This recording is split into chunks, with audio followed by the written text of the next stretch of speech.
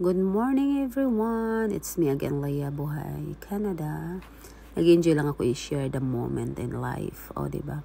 Anyway, pag umaga kasi, gusto ko talaga sisilip sa garden.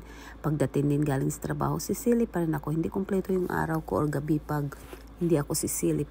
Yun talaga ang kaligayahan ko. Ayan, nakakuha na tayo ng pang snacks. Diba? Ang dami, fresh raspberry in my own garden. So, natanim natin do last year. So, ito, ngayon, on training ako sa lab. Kaya, a little bit stress habang nagre-refresh after how many years?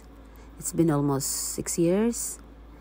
Kasi nga, pag nanay tayo, back to square one palagi, diba? So, ngayon, it's time to start again. Back on track. So, andito ako. Break time. Review muna. Review muna. Naging okay din lahat. The worst part na lang kasi 2 days lang ang training ko ngayon kasi magbabakasyon. Nakabook ako ng vacation for 11 days sa ibang department kasi yun bago ito na-hired ako sa kabilang department, sa laboratory department. So ngayon, ayun, may pagmana mag-barbecue. Tapos na araw, ayan, may day off. Mag-shopping muna kasi back to school na. Kaya kailangan tayo i-ready lahat. Palis ako papuntang secret. Bakasyon muna, kailangan ng bakasyon. So, i-share ko lang video next time kung saan ako pupunta. Andito sa Voice, sa mga teenager, yun ang binata ko.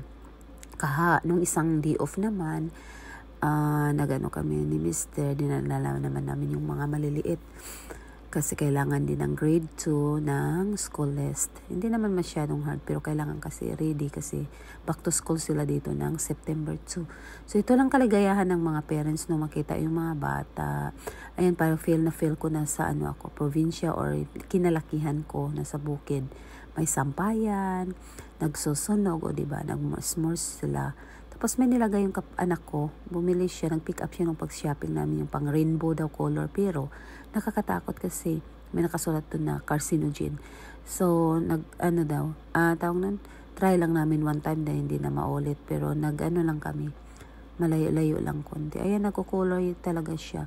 It takes an hour bago siya nag-colorful. Ngayon naman, the next day, ang asawa ko, karating ko lang ng trabaho, inamiss ko yung close friend ko, Ivy, shout out, parang kapatid ko na rin. In-invite ko sila mag-dinner outside the house. Ito na. Kaso, na-realize ko, duty pala ako, kaso alis na din kasi ako. Gusto ko lang sila mag-get together bago naman matapos ang summer. May summer pa naman pagbalik ko ng September, but ganyan ako, hindi ko talaga inaantay last minute. Gusto ko lang i-share yung moment. Ayan, nagano lang kami, ihaw ng baboy, ayun, taba-taba, ang sarap ng kain namin guys. Grabe, sakit yan after. Sobrang ako sa kain. Paano kasi ang dinala ko lunch break, pasta. Light lang kasi, sabi ko, babawi ako mayang gabi, ayun. Tapos may kinilaw na talong, tapos tawag nito, yung, tawag nito, corn. Ang tamis, lagyan namin ng margarine, diba? Yan na lang ang dessert namin, marshmallow s'mores, kasi hindi naman ako nakagawa. Duty nga straight ng 2 days for 12 hours shift. So, ayan. Nag-enjoy naman kami. Ayan, kumuha na ng Bluetooth si Mr. Sayawan na.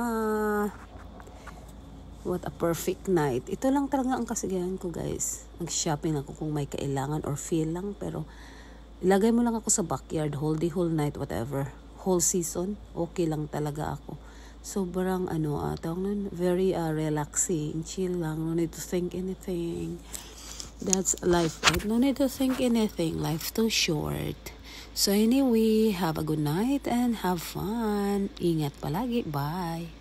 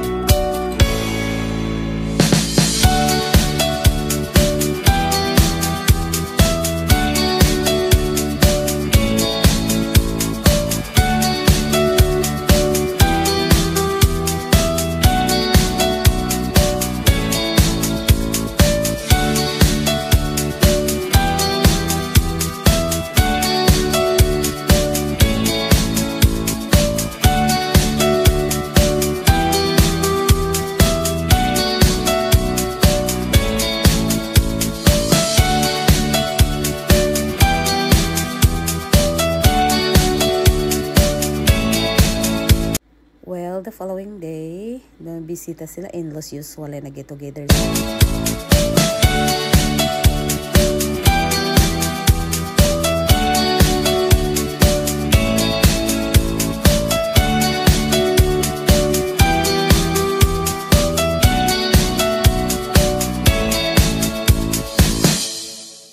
Nila, bonfire, tapos chika-chika.